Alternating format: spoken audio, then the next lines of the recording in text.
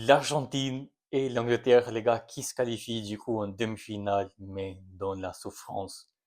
Avant que je commence, les gars, n'hésitez pas à s'abonner, ça se tient beaucoup pour continuer. Et puis, dites-moi en commentaire du coup, qu'est-ce que vous en pensez de ces deux matchs-là?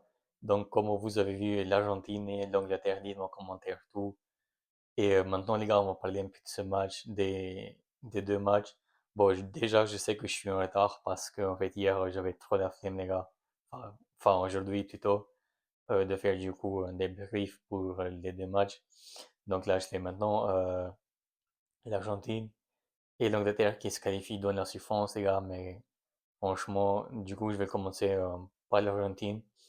L'Argentine qui se qualifie, les gars, mais encore une fois, dans la souffrance, franchement, mais tellement faible. L'Argentine, en fait, les gars, surtout, même les milieux de terrain, on a déjà dit plusieurs fois, même les milieux de terrain, franchement, les gars, c'est tellement dommage parce que ils arrivent même pas à faire un pressing, les gars. Même pas un pressing. En fait, eux, ils acceptent d'être dominés et puis de faire des contre-attaques. Mais à un moment donné, en fait, tu peux pas jouer tout le temps comme ça parce que tu joues un peu avec le feu, on va dire. Et après, ils ont bien commencé, du coup, l'Argentine. Le match, je pense, ils ont eu des occasions dès le début de match. Après, jusqu'à ce moment-là où arrive du coup le but de McAllister, passe décisive du coup de Léo Messi, les gars, encore une fois décisive. Il n'a pas marqué, mais il a été décisif, les gars. Et bon, nous, les supporters de Messi, ça fait un peu du bien, quoi. Donc, l'Argentine, qui après cette but-là, franchement, ils ont totalement lâché, j'ai l'impression, le jeu. Après, ils ont eu des occasions, mais c'était vraiment, mais choquant, en fait, le niveau, encore une fois, de l'Argentine. Parce que quand tu as deux joueurs, du coup, comme Enzo, McAllister, je sais pas, moi, il y avait des Paul, des joueurs de Premier League comme ça. Après, des Paul, il n'est pas de Premier League, mais des bons joueurs quoi, quand même. Euh, après la défense, bon, la défense, on sait tout le monde, est compliqué la défense de l'Argentine, mais bon, heureusement qu'il y a quand même Romero, un joueur qui a de l'expérience, et puis Lisandro Martinez, qui est un bon défenseur quand même, hein. Donc après l'attaque, enfin Messi, il a pas fait un très grand match les gars, hein. Il a été juste décisif, mais voilà, il a pas fait grand-chose, je pense, dans ce match-là. Je pense il est un peu aussi fatigué, les gars, hein, parce que là, il avait déjà joué du coup 120 minutes, et là, en plus, encore une fois, il joue 120 minutes, excusez-moi, les gars. Donc, c'est la deuxième fois que Messi joue 120 minutes pendant cette Coupe du Monde, les gars. Donc, franchement, là, il doit être encore plus fatigué, les gars. Après, il avait du coup son côté Alvarez. Alvarez, du coup, Alvarez, pas Alvarez, les gars, qui a marqué ce but, on va parler dans quelques minutes. Euh, Après la deuxième mi-temps, la Suisse, je crois, c'est à la deuxième mi-temps qu'ils ont marqué leur but, si je me trompe pas.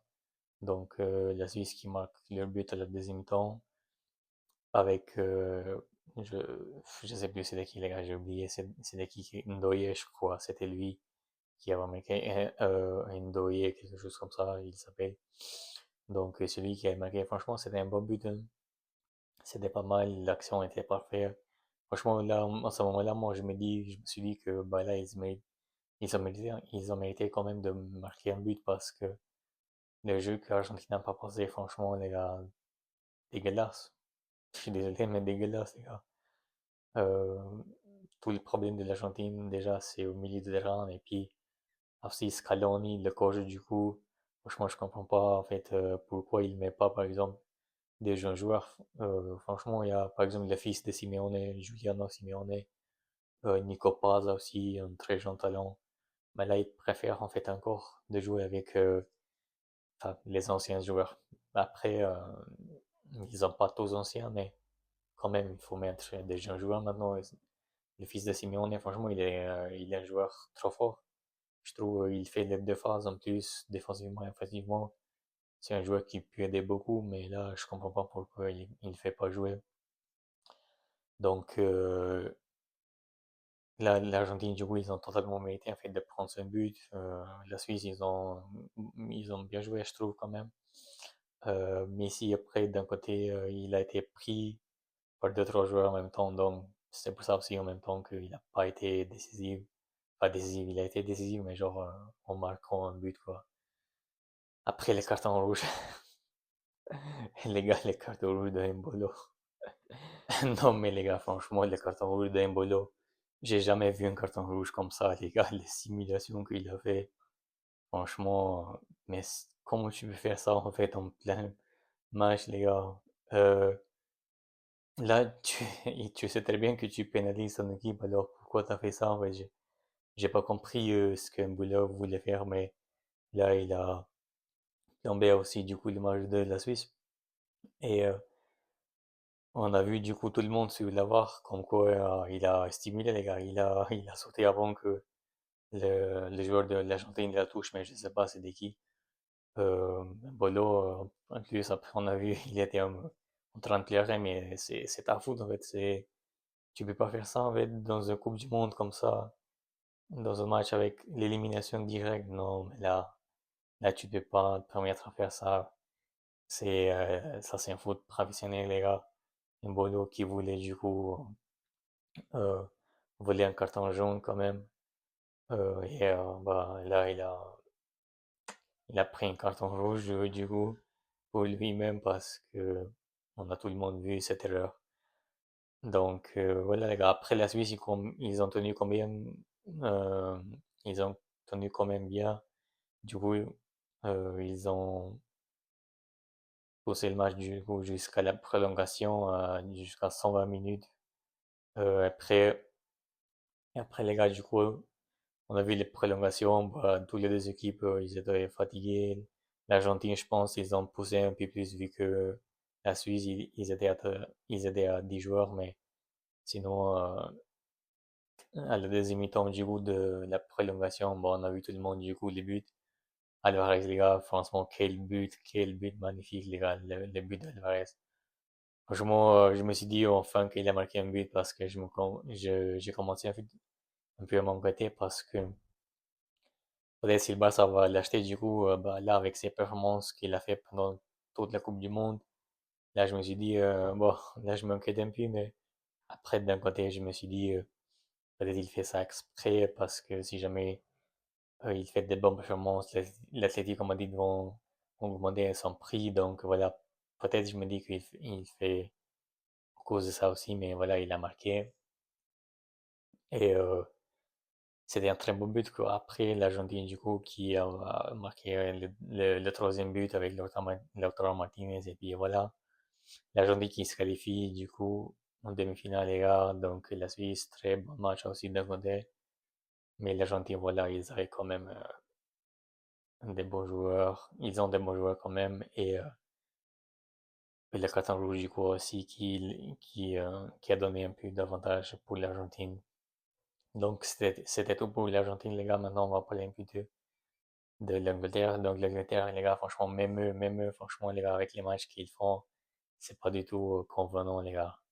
Franchement, c'est tellement compliqué pour l'Angleterre, la façon qu'ils sont arrivés en fait jusqu'à là.